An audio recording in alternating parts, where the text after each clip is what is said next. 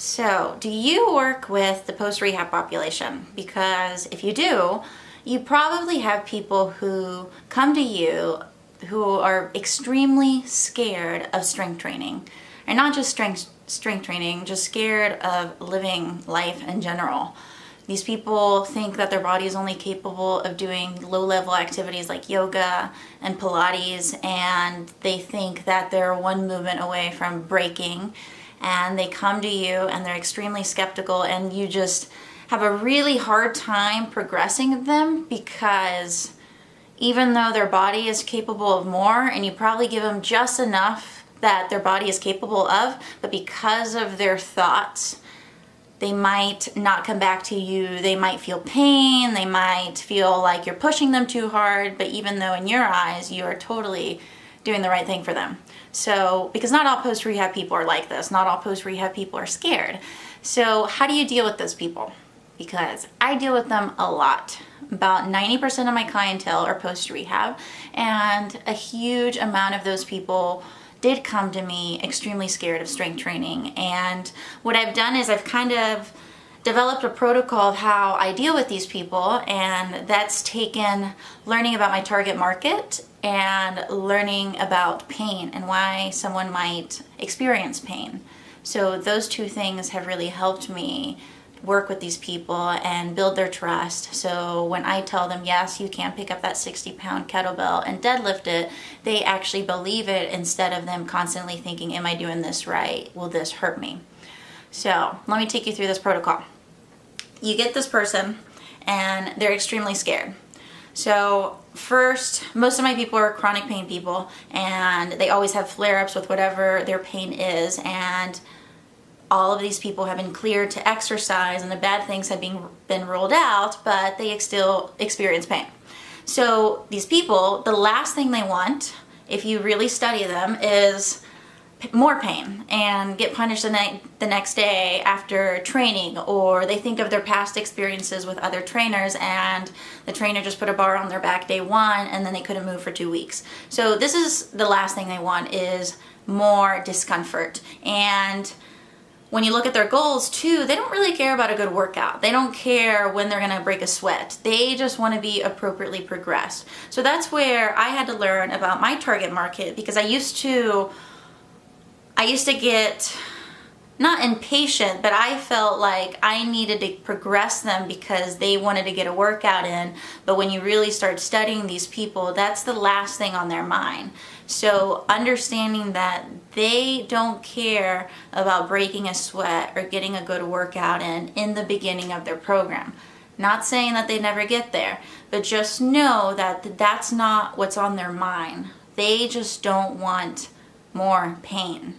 So that's something to consider when you work with people who are scared of strength training. And the next one is understanding why someone might have pain, and understanding that pain doesn't equal damage. In the past, if someone would have walked into the gym and told me that after they trained with me, their low back hurt, I didn't know anything about pain, so I just felt, okay, their back is hurt, that means their back is damaged because pain equals damage, right? No, pain does not equal damage, and understanding why someone might experience pain can really help you work with these people. And I have only scratched the surface on pain science. I know nothing about pain, but understanding that someone could experience pain just by the perceiving threat. For example, your training. If a client perceives your training as a threat and they don't know if they're doing it right, and they are scared that they're going to flare something up, and they believe that physical activity usually causes them pain the next day, those thoughts alone can cause someone to have a flare-up. So understanding that people's thoughts have a lot to do, or people's perception of threat has a lot to do with their flare-ups or them experiencing pain. So knowing that, I want to be able to create a training experience that is the least threatening. And what I've done is I've basically developed a lot of patience with these people. You're going to have to progress them slow, but you're a trainer. What's the rush? They are going to be with you for months. They're not there just for 4 sessions. They're not there in 2 months. They're going to leave. So think in the long run, what's best for these people? And what's best for these people is a non-threatening experience when they first start training with you. So this is what I do. They come in day 1 and they're scared and they feel like I'm going to crush them, and I verbalize that right in the beginning, and I tell them that I am the most patient personal trainer they'll ever meet, and that automatically gives them some relief because they don't want to seem like they're progressing too slow for your ones. And so I let them know that it doesn't matter how slow they progress, even though in my mind I know they're going to progress a lot faster than they think. I want to let them know that I am patient and I don't care how long it takes them to get the basics, that we will not move on until they get there. And I don't care if it takes them 5 sessions, a couple weeks, couple months, couple years. So I let them know that I'm the most patient coach they'll ever work with.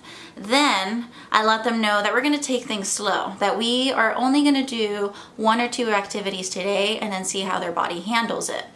And that's where the assessment comes in, and I usually do 1 or 2 breathing exercises, and this is where we build the base. And this is where we build a familiar feeling, so when I progress them, they feel all the same things they felt on the ground where it was safe. Because if I progress them on day 1 and I take them through a squat, and even though it's a beautiful, well done squat, if they've never felt those feelings before, just thinking that they're doing it wrong can cause them to have a flare up and scare them away, and then they never come back to me. So the reason why I start them on the ground is because 1, it's safe, they're just laying there, and I give them the expectations of what I want them to feel. So let's say they're doing 90-90. I tell them, okay, so on this exercise, you are going to feel some hamstrings, and I point to their hamstrings, and you are also going to feel some abs, and you might also, if I have a reach, you're also going to feel your shoulders working, and all of those things are good things. If you feel it anywhere else, let me know. And they notice that it's hard work to do a simple breathing exercise. But since I gave them all the expectations, like feeling hamstrings is not like, should I be feeling this? Is this too much? Is this gonna hurt me? So I gave them the expectation of what I want them to feel. And if they feel those, they kind of know that they're already doing it right, because that's what I told them I wanted. And then I sometimes take them through another exercise, or sometimes we just leave it at that. And then they go home. This is all we're doing day 1. Let me know how you feel, and they usually come back 2 days later. Next day or next session, it can go multiple different ways. It can go as, I felt great, nothing hurt, this was awesome, and I'll get excited, and then I do like 3 times the amount that we did the day 1. So this person's already going to progress fast. Like I already got their trust because nothing hurt after the first day. So those people will easily progress. Or they did experience pain, like their back flared up a little bit the night of. And this is where it can go in 2 different directions. So if something flared up after they see you once, and you ask them how they feel now, so let's say they came in on Monday and it's now Wednesday, they told you their back flared up after they saw you. Okay, well, how do you feel right now? If they say, oh, I feel fine now, just don't really acknowledge it as a problem. Like in the past, that would have been like, oh crap, we did something wrong because now your back hurts. That means you damaged your back because pain equals damage. But we know that's not true. And so I just don't really acknowledge it. I just say, oh, okay, that's great. So that means you recovered from it. And if it goes that way, they progress pretty nicely, because then I do 3 times the amount of work that they did day 1. So we might do some 90-90, some all 4, some half kneeling, maybe an assisted wall squat.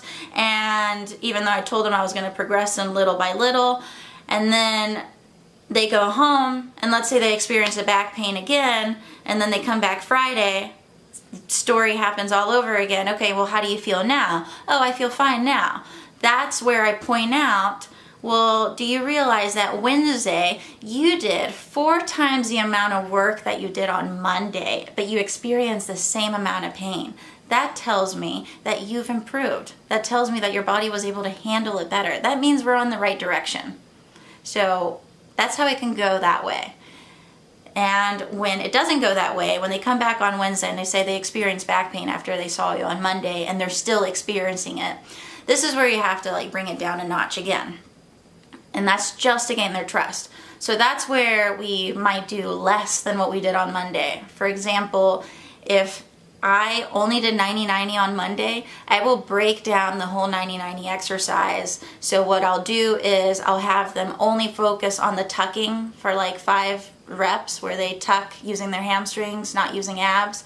And then hips get to relax, legs don't get to do anything, they just need to sit in the 90-90 position, and then we only work on the breathing, and we do about 5 breaths. And then we only work on the reaching. And I break that down and I have them go through that 3 times through. So really they're kind of doing less than what they did on the first day.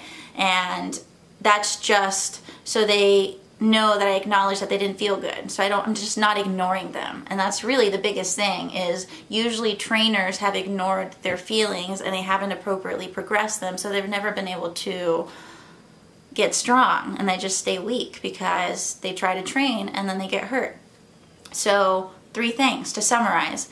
When they come back in for their second session after you doing nothing with them on day 1, they either felt great, and that's awesome. That means they'll progress nicely, and you do more things that you did, or you do maybe 7 exercises instead of doing 1 exercise. And then if they did experience a little flare up, 2 different ways. They feel fine now, so you do 3 times the amount of work that they did on day 1. And if they experience that same type of pain, make sure they acknowledge that they did more work the second day, which means their body is able to adapt to the exercise without getting hurt. And then if they are still experiencing pain and they're kind of turned off by what you did because they don't feel good, then you bring it down a notch and you break it down even more for them, and you progress them a little slower.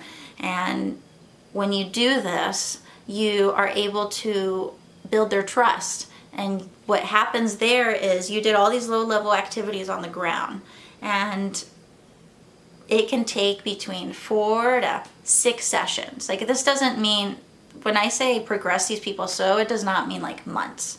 It means days. Like, give them a few rehab breathing days for your training, just so they can what's the word? From Guatemala, I can't speak English. So they can get familiar with sensations that they've never felt before, and then you can transfer those over when you want them to do higher level activities. For example, squatting. If you teach someone in the 90-90 position and you teach them how to feel abs, you teach them how to feel hamstrings, and then you put them in a half kneeling position and they feel that massive quad burn that everybody feels when they first do a good half kneeling. And then once they know that those feelings are good to have, that those feelings aren't hurting their knee, they're not hurting their back, then you can progress them to something harder like a squat. And then all those feelings that they felt on those low-level activities that they're already familiar with are just going to get transferred over to something harder. So that way they're not feeling like they're doing it wrong, because they feel the same hamstrings, they feel the same abs, they feel the same quads. So they're already familiar with all those feelings. Because remember, someone can feel pain just by feeling threatened. So if the feelings are familiar, they're not going to feel threatened. And that's how you slowly progress the person. And another way to progress them is just by gaining their trust. If you didn't hurt them in the beginning, if you respected their feeling of feeling fragile, then when you tell them, yes, I think you can totally push that sled with 60 pounds on there, or yes, I totally think you can deadlift that 60-pound kettlebell, then they're going to believe that. And they're going to believe they're doing it. Because just them thinking, am I doing this wrong, can cause all these unnecessary problems. So that's how I get the fragile, scared post-rehab client to strength train just like anybody else. I start them very, very slow. Just a couple sessions, not months, not even weeks sometimes, sessions, like 5. Give them 5 rehab sessions where you just get them familiar with all your new moves. Get them familiar with the breathing. Get them to do it at their house, because usually these people will do their exercises at home because they want to practice and they don't want to do things wrong. So make it feel safe. Get to know your target market. Know not just their desires and goals, but also their fears and what they're insecure about and what they're scared about training with you. And also learn about pain. It's such a voodoo word in the fitness industry because personal trainers don't treat pain. Yes, that is correct, but personal trainers do work with people in pain because referring out doesn't always work. A physical therapist is not always a cure for someone's pain. Most of my clients have been to multiple physical therapists and the bad things have been ruled out and they still experience pain. So they need a place to be able to train. So personal trainers can absolutely work with people who experience pain. They just don't treat it. And as long as you know when it's time to refer out and when it's time to let the person train because the bad things have been ruled out. So I'll attach a few things below if you want to learn a little bit more about pain or if you want to learn a little bit more about how to understand your target market a little better. I will attach that all below. And I'm really bad with closing remarks, so I'm just going to go.